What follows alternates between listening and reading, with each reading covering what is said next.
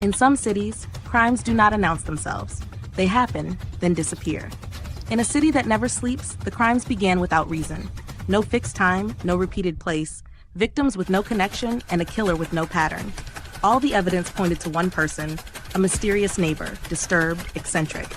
But is everything that appears terrifying truly evil?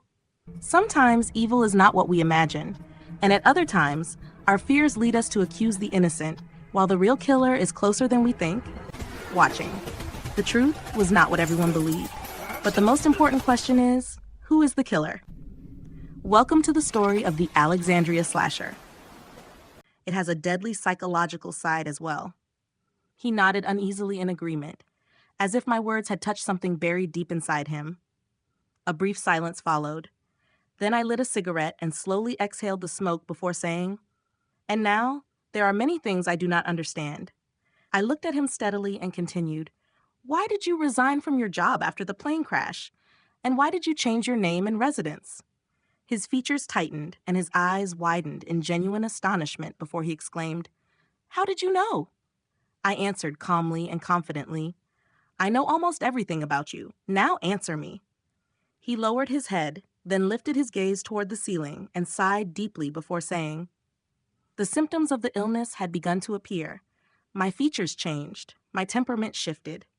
I could not bear to see fear or pity in the eyes of those I loved, and I could not bear to hurt them, neither with my hands nor with my words. So I decided to disappear, to leave my whole world and go to a land that did not know me, neither by name nor by face. I exchanged my pension and sold a small kara of land that I have been living off until today. And for that reason, I completely avoided my neighbors. I asked coldly, 'And what were you eating in the desert before people rescued you?' A look of disgust crossed his face, and he whispered in a low voice, 'Anything, rats, snakes, lizards. As for my colleagues, they died, and the wolves took care of the rest.' I knew the rules of survival from my days in the Special Forces, and that is why I remained alive and in good health." I nodded and said sarcastically, "Well, it seems another part of your puzzle is beginning to make sense to me." Suddenly, he lifted his head defiantly and said sharply, "Wait, by what right are you interrogating me like this?" I slowly extended my hand toward the pistol, aimed it steadily at him, and said coldly, "Because I'm the one holding the weapon now. And if you were the one holding it, you would be the one asking." I stepped closer and asked in a sharp tone, "Another question. How did you catch raindrops that night when it wasn't raining?" He laughed bitterly and said, "I never said it was rain. I was trying to fix the shower, and you know my eternal plumbing problems in my apartment." I shot him a tense look, threw the cigarette to the ground, crushed it under my shoe, and said in a tone I tried to make harsher, "I still have more questions." I stepped closer to him and said, "How do you explain the bones you throw down the shaft? And your mysterious nightly outings?" He paused for a moment, then said calmly, "Pigeons." I ignored his answer and shouted angrily, "Before anything else, explain to me the torn human parts we found in your apartment, in the bedroom, in the kitchen, in the bathtub." He raised his head sharply, anger spreading across his face, and said in a deep voice as he struck his palms together, "And since when does a thief ask the homeowner about the contents of his house?" I jumped from my place in genuine agitation and kicked the chair violently, shouting, "Haven't you understood yet, you butcher? You're finished. The police know everything about you. The Alexandria victim is the last human flesh you will ever taste in your life." The room fell silent for a moment. Then he raised his eyebrows in bewilderment and whispered, "Human flesh? Taste it?" He pondered my words for a moment.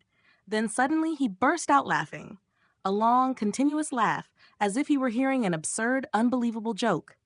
He laughed until he nearly choked from sheer ridicule, then rose from his place, paying no mind to the gun pointed at him, and reached out to hold my arm with a strange gentleness. A gentleness that made me flinch for a moment.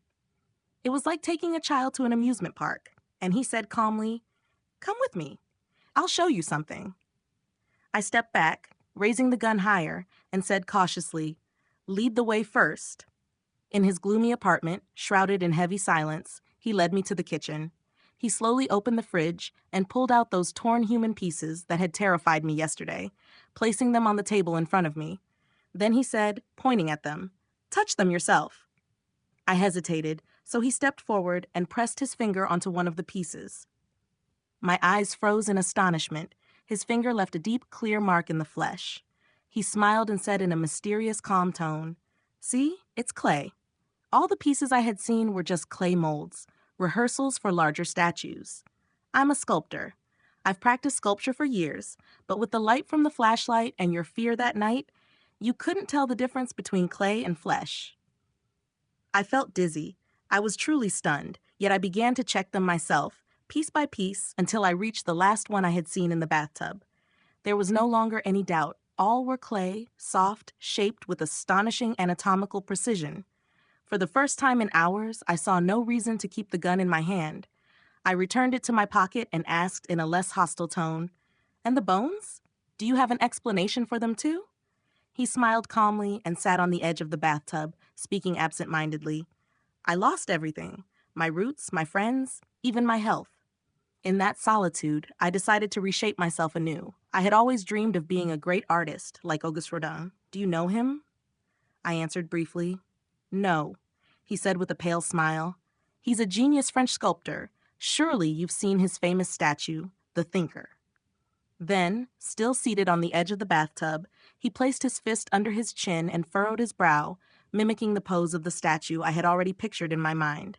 He continued, "Rodin's precision reached the point where people accused him of casting his statues over real human bodies. They said he used bones to shape the frameworks of his statues. Because I admired his precision, I decided to follow in his footsteps. I studied anatomy just like them, like Michelangelo, Rodin, and Mahmoud Mukhtar. I bought those bones from a medical student and began learning from them. But I am not completely normal. I admit there were many moments of despair, perhaps caused by the illness. And in bouts of frustration, I would throw everything into the light well. That's why the bones accumulated there." I asked, staring at him tensely. "And what about your regular nighttime outings? How do you explain those?" He turned his face away from me, his voice tinged with bitterness. "I'm telling you, I'm not normal. My illness has made me extremely volatile. There are times I feel I'll go mad if I remain trapped within these four walls that suffocate my breath." I studied him for a moment, then asked, "And what about your frequent trips to Alexandria? How do you explain that?" He smiled weakly and said, "And why would any sculptor travel to Alexandria? A silly question. Alexandria is the hymn of art, an eternal blend of Roman, Pharaonic, and Islamic. It's my source of inspiration, and if I didn't see it at least twice a week, I'd lose my mind completely." "And why don't you travel by car then?" He smiled calmly and said, "A strange question. I suppose that's my personal freedom. Besides, I'm not good at driving and I prefer trains." "That's fair." A short silence fell. Then I continued, "And of course, the hammering sounds I heard at night were from your work on the statues, weren't they?" He nodded in agreement and said, "Exactly. I admit that having artists as neighbors is very annoying, but there's no cure for that." I studied his face at length, that face that had troubled me for days and filled my mind with suspicion, and only now did the picture begin to clarify. This poor man was simply an eccentric, introverted human, escaping his pain through sculpting in clay. He was neither a murderer nor a cannibal as we had imagined. How wrong we were, how we terrified ourselves for no reason. And the words of Adil echoed in my mind in his confident voice. Open quote, "People never understand the introverted. They may tolerate the rude or the loud, but the polite, withdrawn one inevitably raises their suspicion." Close quote. Yes, but if he is not the real killer, then who is the Alexandria murderer? There are still secrets that haven't been revealed, and characters that haven't appeared yet, and a greater truth hidden in what's to come. Each episode brings us one step closer, but every step reveals that the road is longer than we thought. Don't judge yet, and don't think the picture is complete. It's still continuing, and the next episode will open a new door, one we may not be able to close. In the next episode, we will uncover a new part of the mystery, another side of the truth, and characters that have yet to appear.